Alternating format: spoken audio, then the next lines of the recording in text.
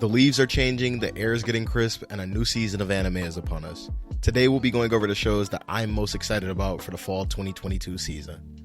Now, if you know me from my anime list or Twitter, you know that I watch every show every season, but I know not everyone has the time to do that, and seeing what to watch out of 40 shows in a season can be quite daunting. Hopefully this video will help point you in the right direction and you'll enjoy what I think are some of the best shows coming out this season. Disclaimer, I am notoriously anti-shonen and anti-battle shonen, so many of your favorite big name shows probably won't be on this list. They've likely been covered to death anyway by other channels. I'll also largely be leaving out returning shows like Uzaki, Fumetsu no Inate A, and Aruma-kun, with one exception at the end of the list. But it goes without saying that I'm very excited for those, and of course we'll be watching. With that being said, let's get into it. The first anime on our list is from Studio Nexus, the makers of Darwin Game and Chivalry of a Failed Knight, and was probably my most anticipated show of the season, The Imminence of Shadow, a comedy isekai that subverts many tropes and features some of the funniest humor I've seen in the medium. Think of Overlord mixed with a less cringy Konosuba. The main character wants to avoid being in the spotlight and prefers instead to operate from the shadows, defeating evil as a mob character. He forms a cult of waifus to take on an evil society and realizes he's bitten off a little more than he can chew. The light novels are some of the best around, and I was really impressed with the first episode. If done properly, this should be an anime of the season contender. This airs on High Dive on Wednesdays. Next up, from David Production, makers of Fire Force and JoJo's Bizarre Adventure, is Urusei Yatsura, a remake of the beloved 1980s anime and manga from Takahashi Rumiko, one of my personal favorite authors. This one has heavy shades of Yabuki Kintaro's To Love Ru. The main character is comically unlucky, and in order to save Earth from an alien invasion, he challenges the princess of the Oni Empire to a duel, and wins by grabbing her bikini top. Afterwards, when asking the girl he likes out, the princess overhears and mistakes it for a wedding proposal to her. She then moves into his house and, well, a whole lot of fun stuff happens. The manga actually won an award back in 1980 for being the best shonen manga around, and I have no doubt that with David Production at the helm, this has all the makings of a modern classic. This will be airing on High Dive on Fridays. Third on our list is from the legendary Sunrise Studio. Yes, that would be a brand new Gundam. Specifically, Gundam The Witch from Mercury. Now, at the time of making this video, we've technically had 2 episodes of the anime. Episode 0, which is a prequel to the events of the main story, and the show's first episode from the 1st of October. Both were absolutely amazing to me, and I felt like they were a breath of fresh air for the Gundam franchise. The most obvious reason being the series' first female protagonist, Selecta, who I'm already in love with. That combined with the school setting, modern mech designs, the usual political intrigue Gundam is famous for, and some gorgeous animation during the first episode's big fight, and this Gundam is shaping up to be really, really great. It also seems like we're getting a little bit, if not full-blown, shoujo ai in the series between the MC and the other female lead, so I'm really excited to see how things shake out there. I've been waiting for something to fill that 86-sized hole in my heart, and this could very well do the job. Well, heads up, if you plan to check out the anime, I highly recommend checking out the music video for the opening after the prologue, as it fills in some much needed gaps in the story. This airs Sundays on Crunchyroll.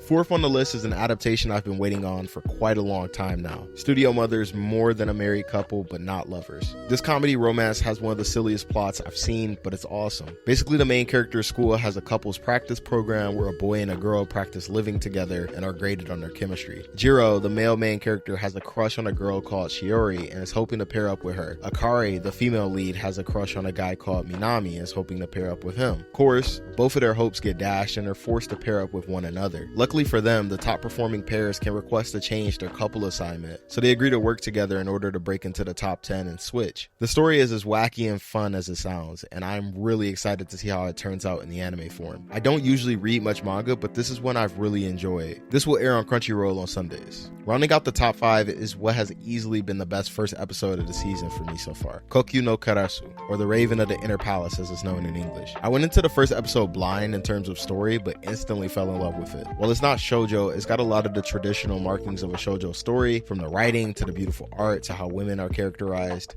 Shoshi, the titular raven, is a consort who lives in the interior palace of the emperor's estate, but has never even met the emperor. That is, until the emperor requests her help one day with a mysterious death. The request sets off a domino effect that irreversibly changes both of their lives. We don't get a lot of shows that focus on Chinese history or mythology, so it's really cool to see an anime with that setting. The main character is absolutely adorable and seems like she's got a lot of history and mystery to her, and I'm really excited to see where it goes from here. This is airing on Crunchyroll on Saturdays. Making our way to the second half of the list, we start off at number 6 with another one of my most anticipated shows, Do It Yourself. This anime original comes from Pine Jam, the makers of what was one of last year's best shows and one of my favorite shoujo manga, Kageki Shoujo. Do It Yourself promises to be this season sit back and relax after a long day and watch cute girls be cute. The story follows high school girls working on do-it-yourself projects as they struggle, fail, yet don't give up and see where the projects go to the very end. There's really not much else to go off with this series in terms of story, but honestly there doesn't really need to be for me to be excited. I absolutely love cute girls doing cute things and love slice of life, so that's enough to land it on this list. If you're looking for something to scratch that Eurocamp or Nonon Biori itch, this could definitely be it. The main character is such a lovable ditz, and the art style and animation really feel like an open love letter to the anime medium. If you liked K-On! Or Eizouken, I think you'll see shades of them in this,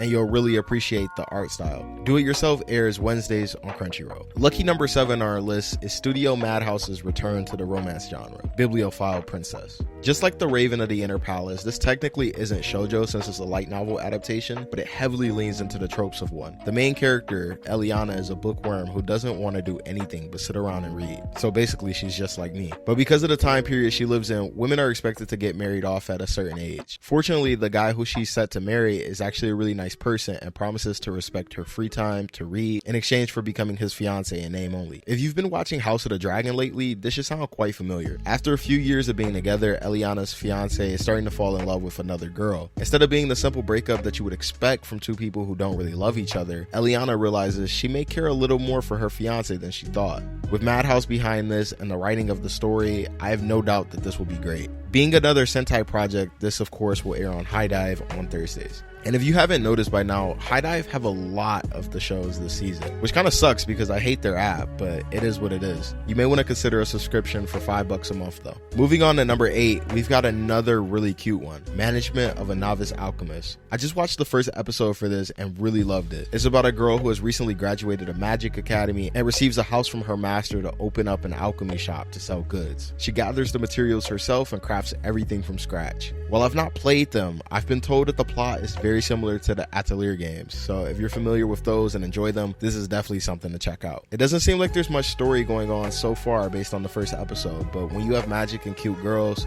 really needs it. This airs on, yep, you guessed it, High Dive on Mondays. Making our way down to number 9, we have Akiba Made War. I'm already calling that this will be the hidden gem of the season just based on mall users and the fact that not many people are talking about it. We actually don't have much to go off in terms of what this show is about, other than the rather vague synopsis put out by PA Works that it follows girls working at a maid cafe in Akihabara. But to tell you the truth, what more do you need to hear? Hot girls in maid outfits and a PA Works original? I'm taking the bait every time. Apparently there will be multiple versions of the show too, a censored safe for TV version and an unrated adult version that you'll likely have to sell the 7 Cs for. I hate piracy, but it looks like I'll be dusting off my eye patch for this one. And of course, you'll never guess where this one airs. Yep, that's right, High Dive again. I swear, they better pay me for all this promo. And last, but certainly not least on our list is unironically one of my most hyped shows of the year, and our only season 2 on the list. Yes, ladies and gentlemen, I'm talking about Peter Grill season 2. It's honestly insane to think that season 1 aired over 2 years ago. I think COVID just completely altered my perception of time. But the masterclass that is Peter Grill is back. If you haven't seen the first season, this is a series of 12-minute short episodes that push the boundary of anime and hentai, just about as far as you can go. The MC basically is made to have sex with a harem of women for plot with a capital P reasons. I'll keep it short though, since I don't want my channel to get flagged, but suffice to say this is peak fiction and of course will air on High Dive as well. Fall 2022 is lining up to be even better than what was an awesome summer anime season. And with my birthday coming up, it's gonna be a pretty amazing October filled with some great anime.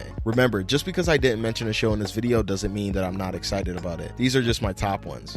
Like I said before, I watch everything every season, so if you want to follow along with everything I'm watching this season, feel free to hit me up on my anime list, where I do write-ups for every episode as well. I hope y'all enjoyed the video and were able to pick up a few shows to watch. And let me know in the comments what y'all are hyped for this season. Definitely seems like Wednesdays and Sundays will be the most packed days of the season. But a lot of great stuff, and I'd love to hear from y'all. Thanks for watching, stay safe, and have a great weekend.